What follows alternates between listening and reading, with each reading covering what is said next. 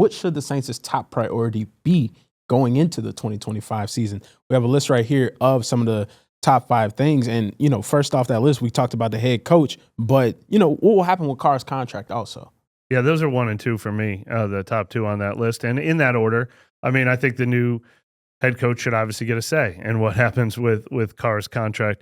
Personally, again, this goes to the disconnect that we talk about all the time with it's easy for us to say, get rid of Carr, don't pay $40 million to, and again, I've always said this, I am not on I've decided Derek Carr is terrible, but I wouldn't pay Baker Mayfield $40 million, I wouldn't pay Sam Darnold $40 million, I wouldn't pay Russell Wilson $40 million, unless you get a chance at a real top 5, top 10 quarterback. I just don't think the state of this franchise is one where they should be paying $40 million for their quarterback right now. The price drops off so much. Yeah. When you get into the tier of the guys who don't have guaranteed starting jobs, you can pay $10 million or less and still be competitive and still go and try to win 8 games with, I don't know who that person is exactly. I don't know if it's Justin Fields. I don't know if it's Russell Wilson back in free agency again. I don't know if it's Zach Wilson and giving him a chance. I don't know if it's Sam Howell. I haven't picked out the name yet, but I want the cheaper quarterback.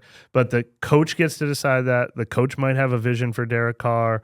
They might talk to Derek Carr about a pay cut, but those are 1 and 2. Those are the 2. Everything. I mean, it's coach and quarterback, not to be basic, but coach and quarterback is what you got to figure out those 2 first, and then you figure out everything else.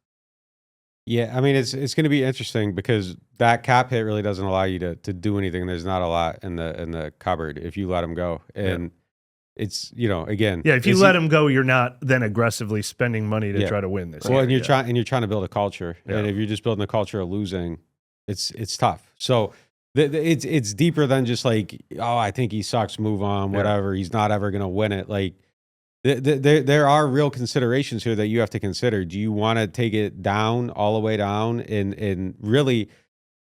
We live in a world where everybody wants everything to happen right now, but and I know you disagree with this, but I don't care. Like, no matter how you work the cap, you're going to have more resources to allocate over a 2-year window. Like, if you just do this in 2 parts, and you can bring his salary down, maybe keep him for a year and part with him, but you can have a better team both years if you wait until 26 to get rid of him. You can get rid of him in 25, whatever, but like, it's going to just tank you, and your team's going to be terrible, and you can just build a better team over a 2-year window if you find a way to keep him.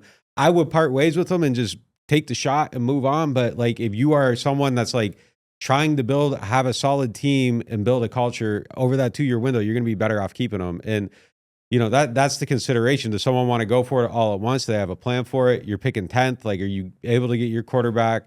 Sean Payton got rid of Russell Wilson. Like, he knew he was going to be able to get his quarterback. So, I mean, like, that's kind of like, do you have that plan or do you not? Like, I know right now, I don't get the sense that anybody's convinced that the next starter's on the team yet. They aren't unconvinced that he isn't either, but there's no conviction behind that thought process. So it's one of those things that we can sit here and say it, move on, do it, get the cap better. It's quicker, faster, like take the medicine, just be asked for a year. But there's like real considerations if you're coming in and trying to say like, how am I going to make a workplace that thrives? And I'm at a place where I'm not up in arms either way you go. Like, there's logic to the left and there's logic to the right. I'm walking to the right and just starting something new path. But if they go left, I'm not going to be like, I don't understand why they did that. It would be easy to understand why you would do that.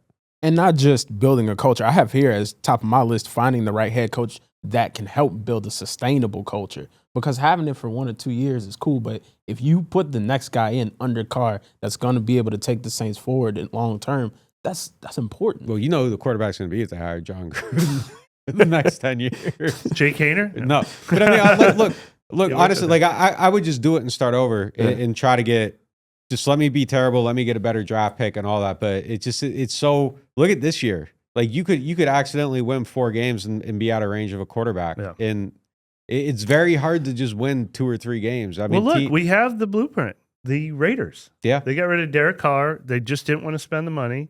They didn't have a quarterback yet. They haven't picked higher than 7th yet, so they haven't gotten a quarterback yet.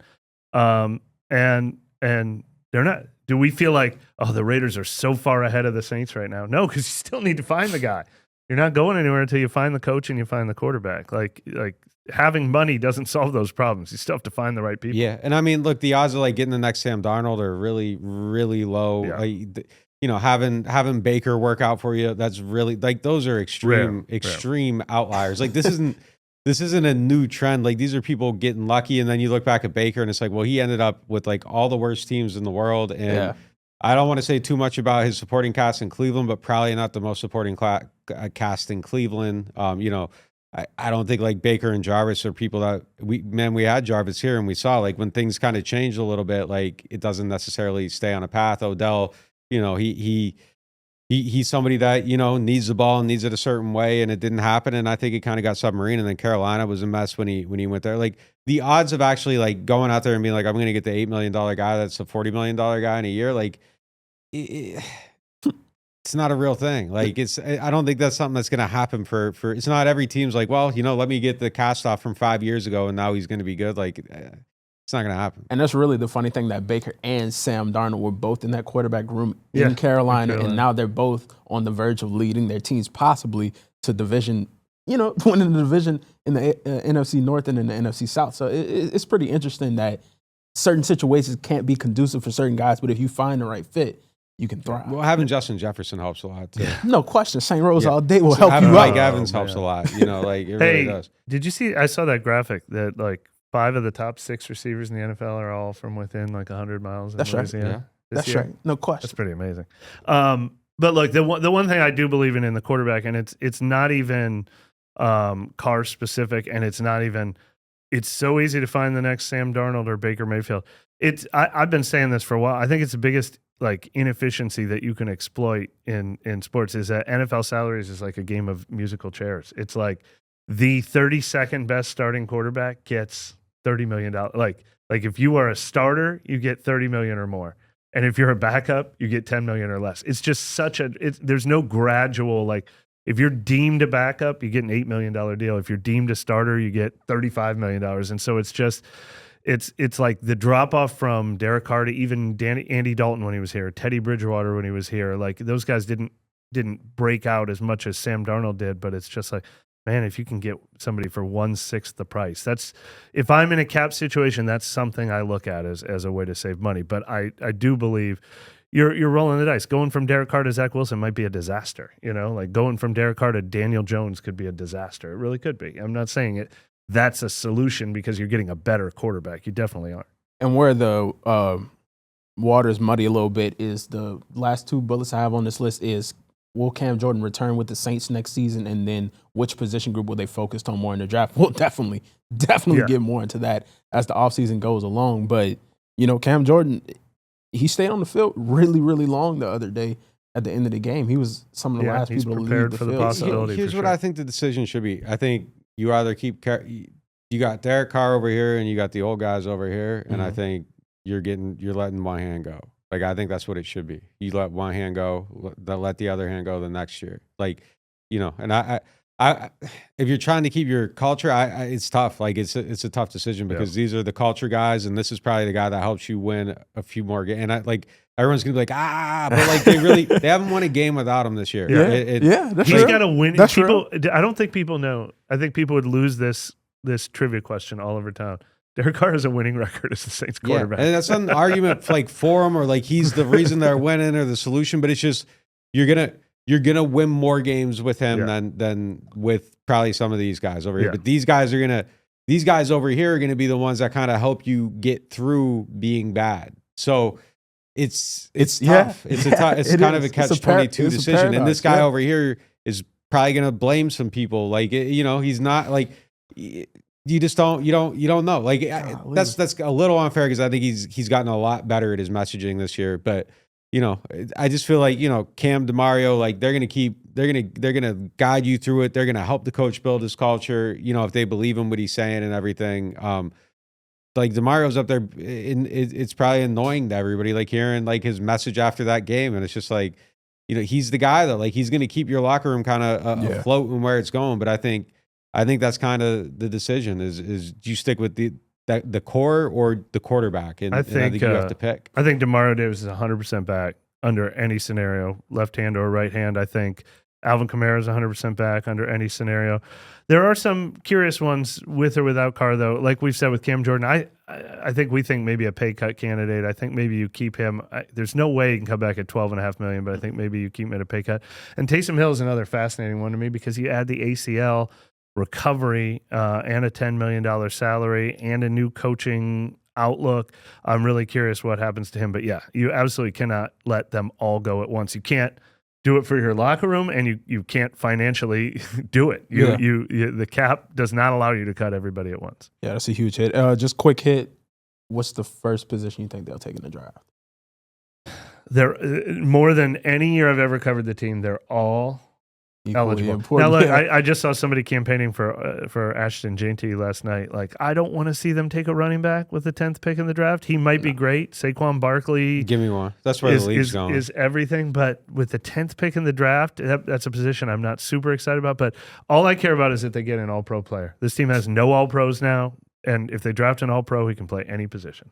Running back? If you give me Saquon, yeah, 100%. That's where the league's going. The league it's shifting back towards the run. Like if you can give me a great running back at 10, give me him. Like they're valued again. I mean, Alvin Kamara just got paid. Saquon just got paid. Like that's what it is.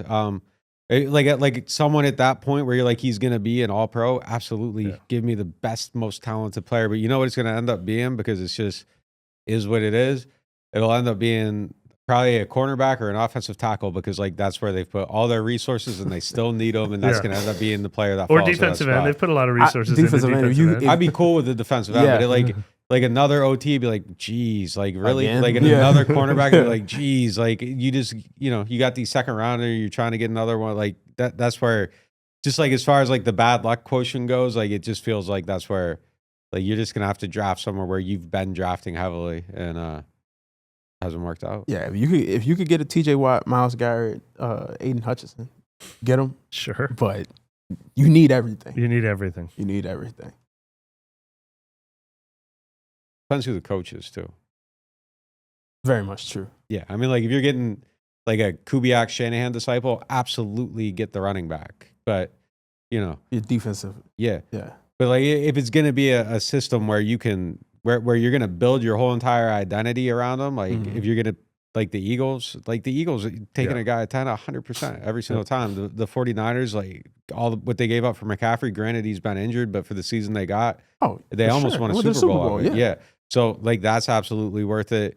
Coming back here, like if you had Alvin has done great and he's carried the load and all that, but like if you can get that guy and he's going to be, Saquon and he's going to, accumulate 2,000 plus yards for your offense every year. I'm taking that at 10, every time. But like, it really depends on like the offensive identity. And if it's not that, I mean, obviously not, but Giants are idiots. Seeing that whole process. I'm not going to say poor Joe Shane. Like he probably had the worst 2024 of anyone in football decision making in that video because they were online of him saying, I mean, with everything our team needs right now, I just don't think a $12 million 27-year-old running back is going to solve anything. And I would have said the exact same thing, and I would have been just as wrong as him. So I can't. So I mean, I got to admit that like that reasoning made sense. That's how the whole league has felt about running backs for years, and Saquon has slammed that thought process shut. The real answer is get great players. Get great players. They can play, Alvin's the best player on the Saints team right now, and he's a running back. And where would they be without him? That's true. And even what's funny is I think the fact that it is on video, because the Titans did the same thing. They were like, okay, Derrick Henry, go out there and see what you can find. Yeah. Like, we're not going to pay you here. We have Tony Pollard and Tajay Spears now, and they're not winning any Raiders games, let Josh Jacobs go. Also true. So it's just like that spotlight being on them doing that. And just come on, man. You got some feel right there. As we're sitting here saying all this, and it'll probably be hard to get the offensive coach, but if you gave me like a choice between offense and defense, I probably would go with the offensive coach because it feels like if you're building, it feels like there's more to build into an identity of an offense than a defense. Like your DT's got to stop the run and rush passer. They got to pass rush off the edge. Your linebackers are going to have similar traits. Like everybody, like nobody's really like drafting like zone corner. Like everybody wants man corners. You want safeties that are interchangeable. Like it's all kind of the same over there. But like offensively, it's like, well, this guy's like a great man blocker, but not a great zone blocker. Okay, so we got to get the offensive tackle that's like great in zone and has the range. And okay, this is a running back that runs better behind man schemes than zone schemes. And this guy sees better, in zone schemes, and he's a one-cut runner. And, this guy's a power runner. And, it just kind of feels like your pieces on offense are a little bit more like catered to what you're doing. And granted, if you're a good coach, you're going to change to it. But if you have a great scheme and and that's kind of like where like the league is it feels much more scheme based. Like we're doing these things. This is this offense and this is how it runs. And it's just kind of, it just feels easier to build the pieces for that specific side if the guy in charge, like if you aren't changing over coordinators. And I don't want to be forced into a box where I have to like hire a coordinator from like a similar tree. Cause then like, it's just, who knows if he's actually, I don't know. It just feels like I would rather build from the offensive side. I'm not saying if you just a slight preference would be for me like that, I think, because I feel like just having that cohesive vision allows you to build a better product as opposed to like, okay, we're really good on offense and now this guy's going and we got to find another coordinator from the same tree. Like that really narrows your poll down to kind of, what it is. Bit of continuity. Yeah.